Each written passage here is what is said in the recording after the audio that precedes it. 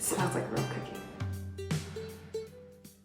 Hello, welcome to my Keto Kitchen. I'm Victoria. Today we are going to make Magnolia's chocolate chip cookie. In the description box, I will link to her recipe, and we're going to take this very famous, very well-known recipe of a chocolate chip cookie. We're going to use my flour, and the rules with my flour is really you just don't add extra baking powder or baking soda.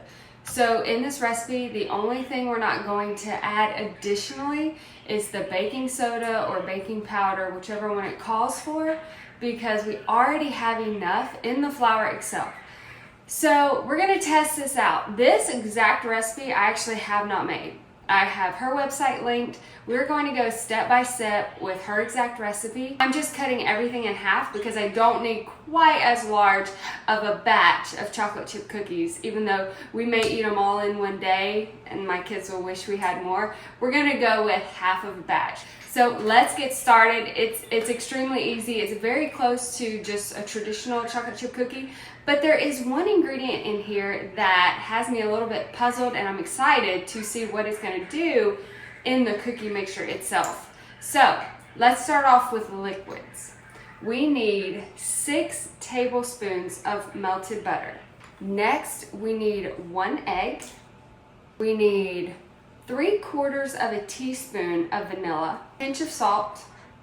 Now let's move on to dry ingredients. I need half of a cup of granular allulose and half of a cup of my brown sugar allulose. I'll link the recipe to that in the description box. My flour, we're going to use 1 1/4 cups, which is 137.5 grams. So I did 138 grams of my cakes and cookies flour. Now, the unique ingredient, it's going to be 2 tablespoons of lard.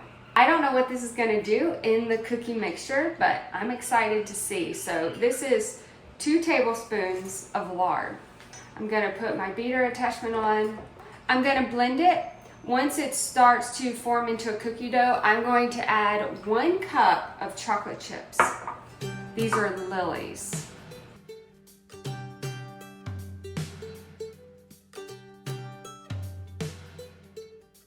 And that is it. That is Joanna Gaines' Magnolia chocolate chip cookie recipe. We did everything the same, we just didn't add the baking powder, and we used my cakes and cookies keto flour. Okay, we have the batter mixed up. Let's put it out on a sheet, an extra large cookie sheet, and see how many cookies we can get. This is a 2 tablespoon cookie scoop.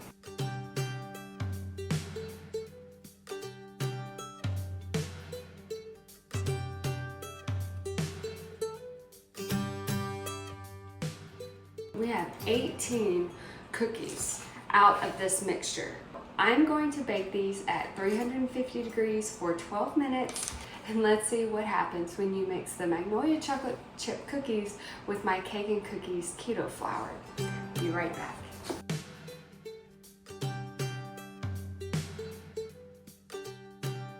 Okay, these cookies are completely finished. I have let them cool. I have to tell you, my 8-year-old, she walked through the kitchen.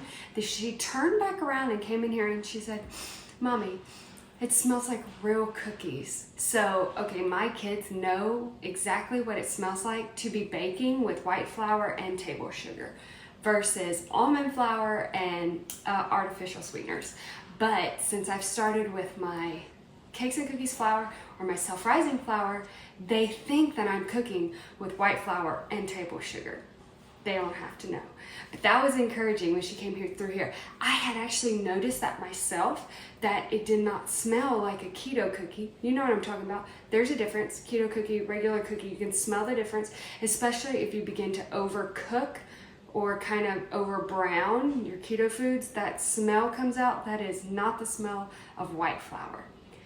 So she came through here, she said that. That was very encouraging because I was thinking it, and she just made me understand that I wasn't lying to myself. I was really smelling a real cookie. So this is Magnolia's chocolate chip cookies, and this is with my cakes and cookies flour. It smells like a real cookie. I'm gonna break this for you on camera, and then I'm going to taste it.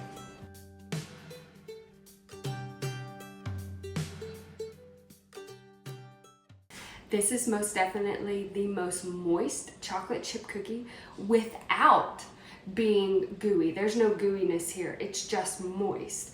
Keto, you are hard pressed to be able to make something that is chewy and moist, but it is not gooey and underbaked. This is perfect, if I do say so myself. Let's try this. Oh, okay. You'll love it, 100%. My kids are gonna eat this whole thing today. This is the best keto cookie I've ever made.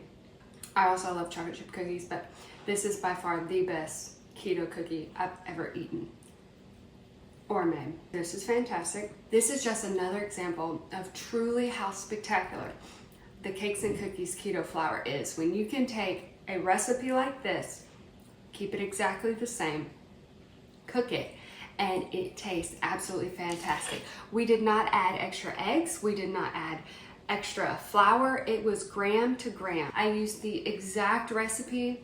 I just used half of everything because I did not need 36 cookies. We got 18 cookies. It tastes fantastic. I can guarantee you, if you were to make this and you were to give it to someone, they would not ask you if it was a keto cookie. They wouldn't know. If you told them, like someone that has diabetes or a loved one who's really trying to lose weight and they're missing out on their sweets and they don't think there's an option out there, if you handed them one of these, first of all, they would say, oh no, I'm sorry, I can't have that. I'm on a diet or something. And if you said, no, like this is zero sugar, extremely low carb, I'll put all that information in the description box below. But they would actually say, no, I can't have that because it looks exactly like a regular cookie. It tastes like a regular cookie. This is a bakery style cookie right here. So if those of you that are watching, if you have a bakery, this is the cookie that you want on your shelf. I hope you enjoyed this video today. I hope you make these. If you do, please let us know. We would all love to know your opinion of how this turned out, what it tastes like, and how you feel about my cakes and cookies keto flour. So if you're not subscribed, please subscribe. I post every Tuesday and Friday, and you have a blessed day.